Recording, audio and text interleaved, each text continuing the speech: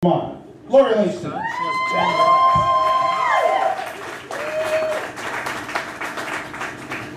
Thank you. I'm so excited for your work. I just got to give a shout out to my 8th grade public speaking creative writing teacher, Mrs.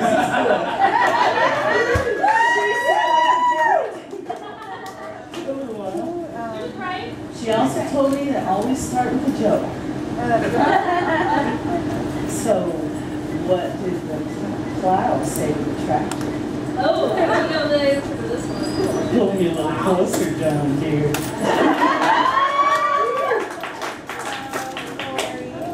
Thanks for giving me this opportunity. It is a dream come true. I'll read from my book.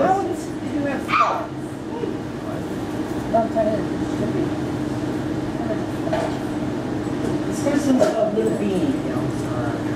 In my family, everybody has a nickname. From the first time you crawled into my lap, pressed your 3-year-old rosebud lips against mine, and slipped your tongue into my mouth, I knew you were wounded. My voice rang out in alarm, but fell silently down, heralded a Chicken Little, scorn. I was accused of projecting my history, imagining demons that were really mine. Everyone knows the truth, hiding behind polite smiles and hard, painful hugs. I hear my heart pounding so loud, and I want to scream out. Another lesson for another generation on a subject I didn't want you to understand. No one wants my protection. No one asked me. I'm just the nosy grandmother to be avoided.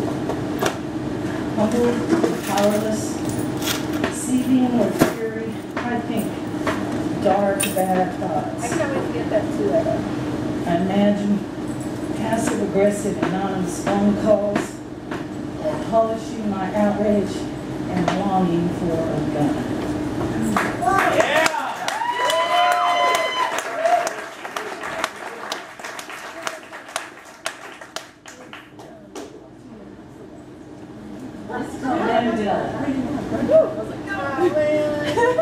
Strange society we live in, kind of double standard a lot of times.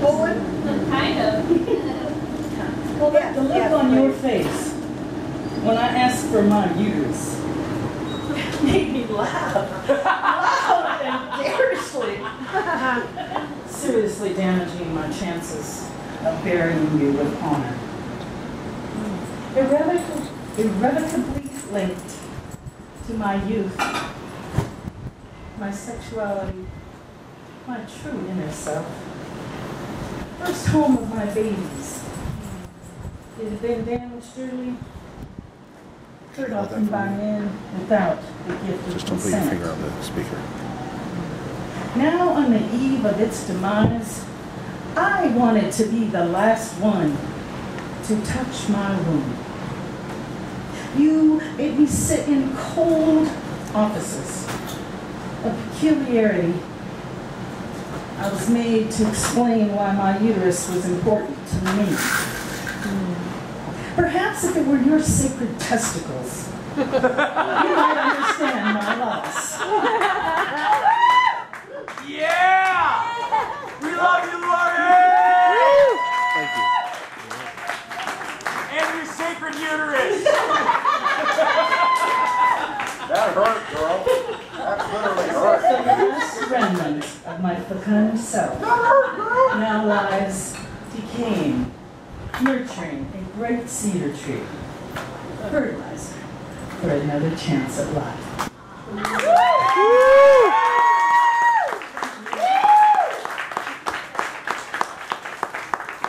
This one's not in the book, but I missed it for the 4th of July, so I want to tell it anyway. Do it. It's called U.S.A. We were good boys and girls, standing in reverent attention, we took that pledge, hands on our hearts. So full of pride, so chosen, so good to be an American in 1960. The sound of our voices in unison brought tears to my eyes. Knew I belonged for a moment. One for all for one. Always for a greater good. America. Our training started early.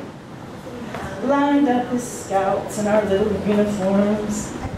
Unaware scout also meant to go first and draw fire. Taught us words like honor, respect, obedience, duty, service. We tried to pretend we were all decent, keeping the secrets and learning to smile behind a lie. I heard that all the big brothers in the block were being called to duty. In my ignorance, I envied them their escape. Soon enough, though, over there came home. I couldn't grasp what I saw on television while we ate our TV dinners. How could heroes, handsome big brothers, sons and daddies, do such terrible things? Secretly, I knew. With new eyes, I stopped feeling good to be an American, feeling proud to be American. So damn many betrayals and puppets. Presidents who resigned. Now we were some of those same good girls and boys fighting for peace and a little sanity. Run down, gun down, and put down. With the need to survive the abominations, we learned to be subversive, hide in plain sight, laugh instead of cry. We wanted our personal freedoms they told us we deserved. So a generation grew up, averted their eyes from the roadkill of the day, and played along with the same games we had protested. Fell right in step like good scouts. We learned to turn up the music and turn down the news, smoke a bowl, close our eyes, and make a wish on our falling stars. Yeah! We were too weak to watch openly the death of our improbable dreams. Too weak to keep fighting. The burden of our disillusionment is a heavy load. Corporate Americans run the show we never wanted to see. Heroes are defined as actors and athletes. Empathy a flaw. I have yet to find the words to apologize properly for our apathy, nor tell the new bosses how to avoid it.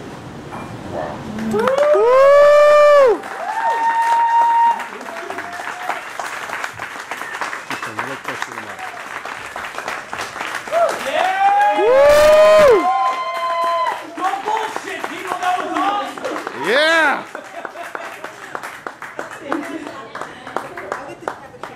Reverend Dave. This is Lessons in Loving.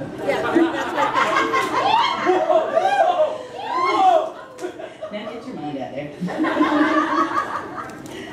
Daughter of a thorny woman named Rose and a tumbleweed father they called Rocky. She was always a breath away from tears. Not always born of sadness. Often such simple things as birds grooming each other in waning twilight. A rough, cool hand on her hot cheek. Even a sweet chord in an old tune. All these could push her over that edge of control. Her laughter came easy, and the cockeyed stare of her little dog could stop a sob mid-breath. The good, simple man knew these things. Knew she felt too much, loved too hard, raged at injustice, and fought hopelessness. He stayed by her even so, watching and waiting for the storms to pass, so he could bask in the sunlight of her dangerous love like a great smiling tomcat. She did not understand this and could not trust what she had never before known. The childlike crone did not know a way to tell him how it kept her alive. She would be forever grateful for his sweet gift, the lesson that she could be loved.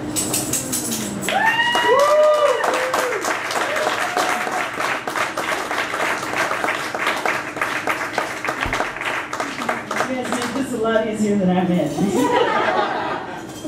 Because you're a great poet. Yeah, Lauri! I love you.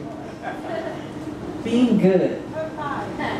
Where were you when I lay trembling in the basement darkness, waiting for that human demon to return? Were you laughing, hiding in the cold stars of night? Or was that your kind smile on the face of my sweet stuffed elf? You know, the one I buried my secrets in, mumbled through tears into its artificial empty fur over and over. Was that your heartbeat I heard as my head was hammered into the headboard? Your believers, the liars, told me that you would hold me safe if I was pious and believed in your grace. So it was my fault, right? I just wasn't good enough. So you sent flies to heal my wounds. Suffer the little children indeed. Seems like God lets bad happen. Doesn't use his power to protect. When little children catch fire and old folks starve, he isn't good. Why should I? Good, you got one as a cash.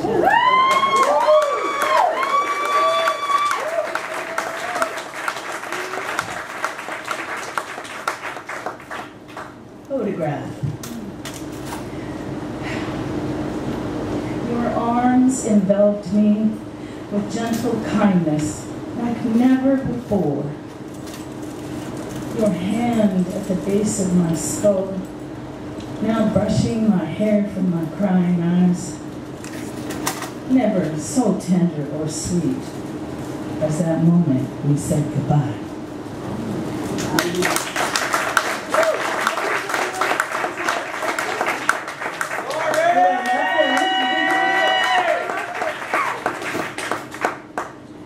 It's called Collections. Placed in that special quiet part of my mind, you are all forever with me, marked by gravestones and tears. The smell of spaghetti cooking and frying tortillas can conjure up your faces now so long gone. Operatic arias can stop my laugh cold in its tracks. Haunting piano refrain always makes me speak your name. The many found dimes clinking together like your greedy laughter while fondling your collected coins. All these painful burdens carried under my consciousness, the burden of your memories of a perverse, bittersweet pleasure. For you see, each of you helped to make me real.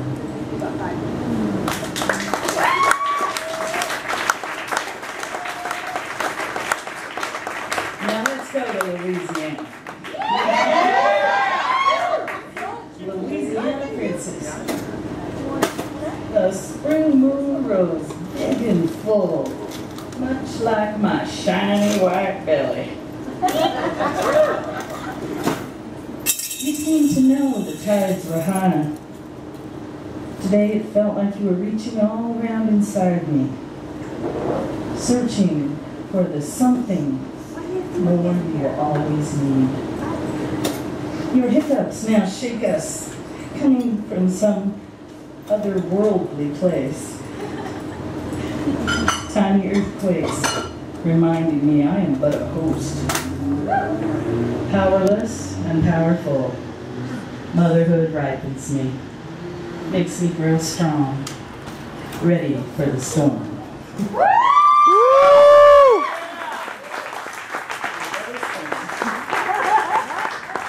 That's for my little girl Chelsea. This is called Ash Wednesday Blues. Midnight on Fat Tuesday always came too soon. Knowledge of it chasing us like dogs all night. Midway through a sweaty, quivering, delirious dance, the whistles would sound their alarms. Police horses and their unsmiling mounts clocked along, hurrying us with a wall of horse meat like cattle. Sometimes I would moo, loving when some other warped person answered. We took off our drippy masks, avoiding each other's eyes, slogged through the garbage-lined streets. Night crews filed in to wash the remnants of frenzy.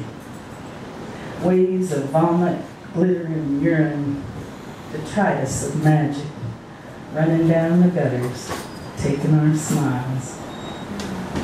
Weather on land was always more harsh. If the river had gifted us fog, it was deeper and gloomier. Sunshine accented the pain in our heads. We squinted at each other through our hangover haze, tried not to notice the stink of us, trudging into work, duty bound. I love New Orleans, and I miss it every day, except Ash Wednesday.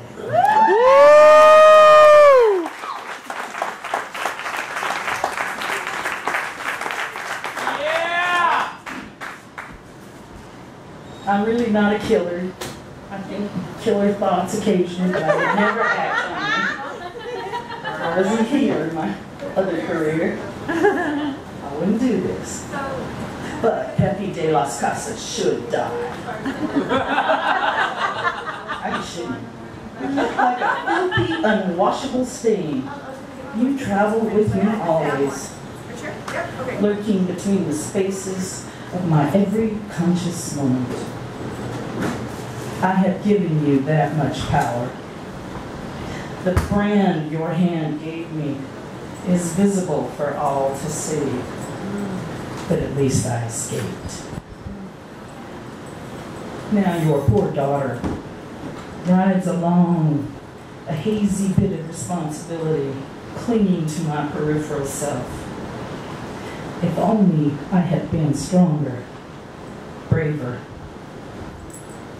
If I could have stopped you, killed you, then maybe that poor girl might not have known the torment that drove her to put that heavy piece of metal to her head, blowing away all hope. I was a child and no one listened. Under the covers of my carefully made bed, I am still afraid. Still that crying little girl in plaid dress no one thought to comfort. So quick, give me something tasty. Something to make me big and brave. Because Pepe de las Casas should die.